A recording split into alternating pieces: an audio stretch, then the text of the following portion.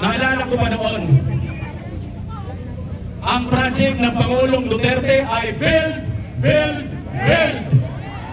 Nang dumating ang BBM, travel, travel, travel. Bilyon-bilyon na halaga ng pera ang nalulustay sa bayan. Ay, sasabihin ko sa inyong harapan, ako po ay luwag. Pero bakit ako nandito sa inyong harapan? Dahil isa po akong matapang sa paninindigan. Wala akong pinag-aralan, wala akong kayamanan, pero lalaban ako sa ngalan ng katotohanan at mabuting pagkito. Huwag tayong papayag na tuloy-tuloy nilang gasahin ang kaban ng bayan. At hindi na nila pinagalang ang mga batas na nasa ating bansa. Dahil dito, ang matandang Duterte, kahit nahihirapan na maglakad, linilibot tayo sa buong Pilipinas para ipalam sa atin na ito ang nangyayari sa ating bansa. Gumising tayo mga kababayan!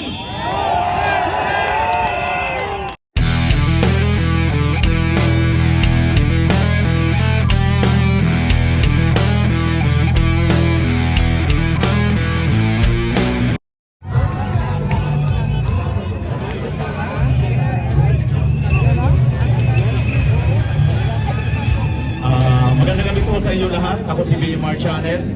At sabi nga ng mga Insaymada vlogger at yung mga oligarkong vlogger, abay, yung BMR Channel na yan ay mukhang pinabili lang ng suka, nag-vlog na.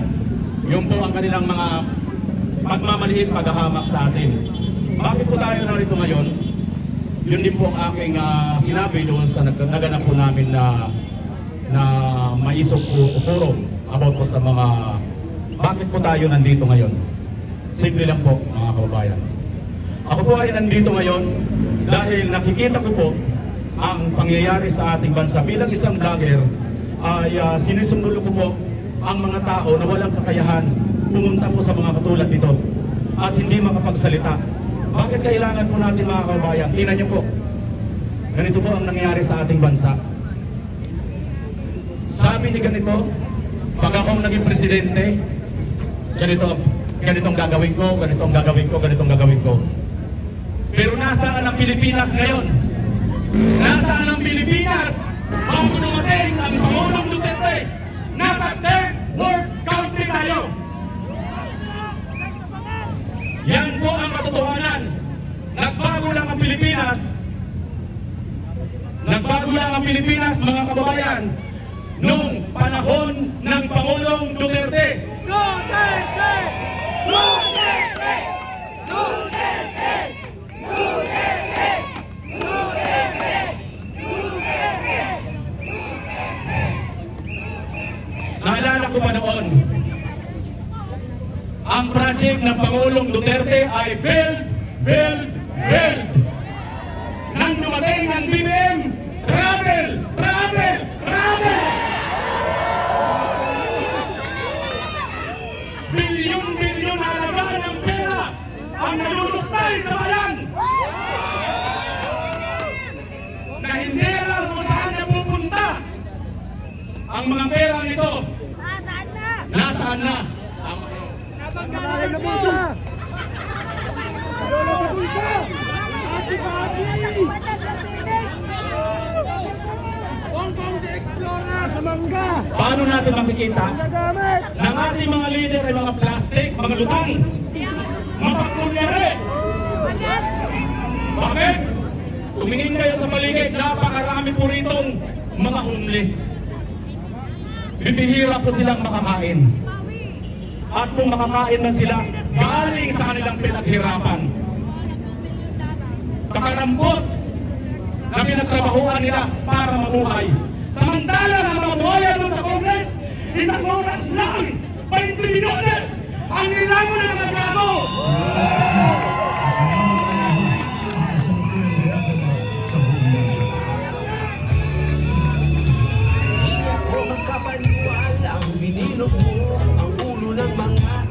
$732 billion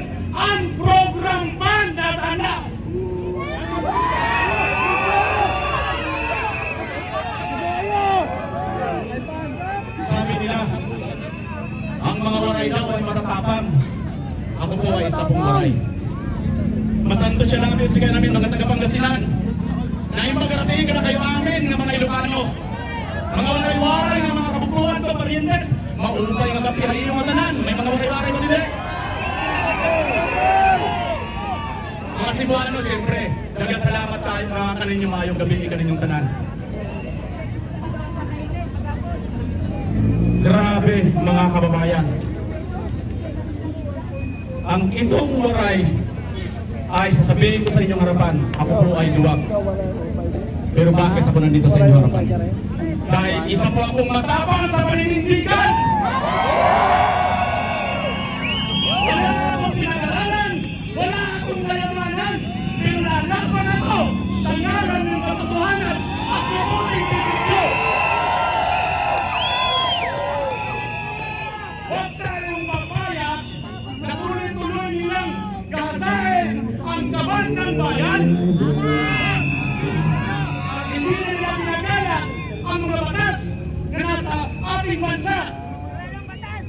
Dahil dito, ang matandang Duterte, kahit mahirapan na magkakad, hinilipot tayo sa buong Pilipinas para ipalam sa atin na ito ang nangyayari sa ating bansa. Gumising tayo mga kababayan!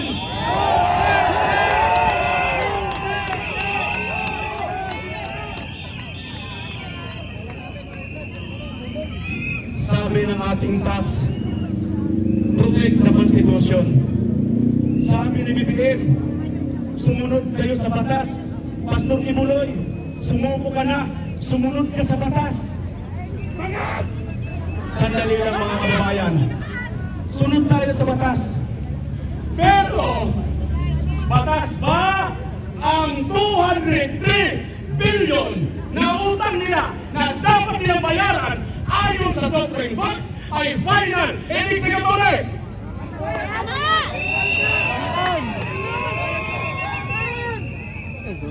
Nasaan ang mga bilyones na ito? Bakit nagkaroon ng 26 billion sa DSWD? Aswang, multo, pexi kayo!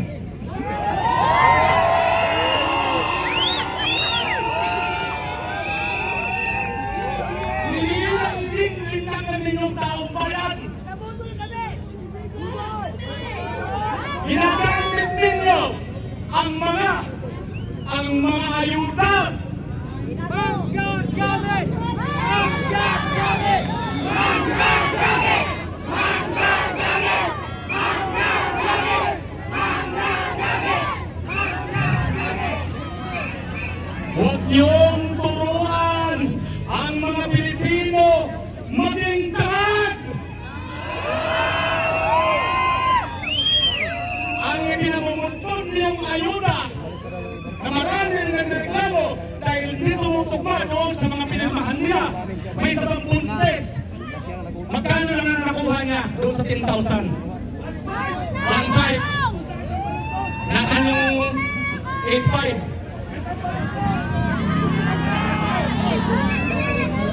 Imbes bigyan ninyo ng isda ang ating mga kababayan, bigyan ninyo ng paminghe para maging masipag asin sa Pilipinas.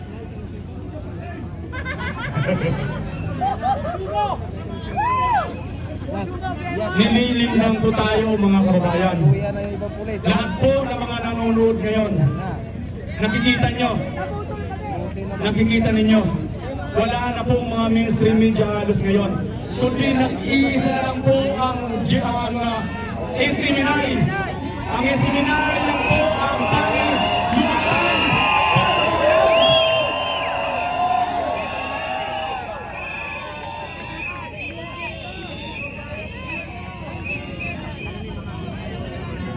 Ito po mga kababayan, the PNP forces are now confiscating our phones in the POGC. CCTVs are destroyed. Help us! Ito na po ang nangyayari ngayon. Aantayin nyo pa ba? Aantayin pa ba natin? Na nangyari sa inyo yan? Nangyari sa ating lahat yan?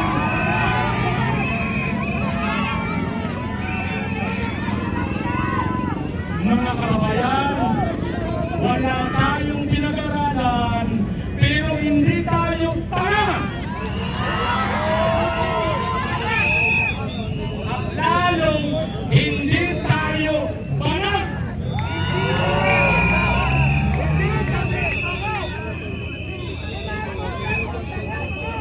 Bilang isang maralitang Pilipino, manindigan tayo mga kababayan.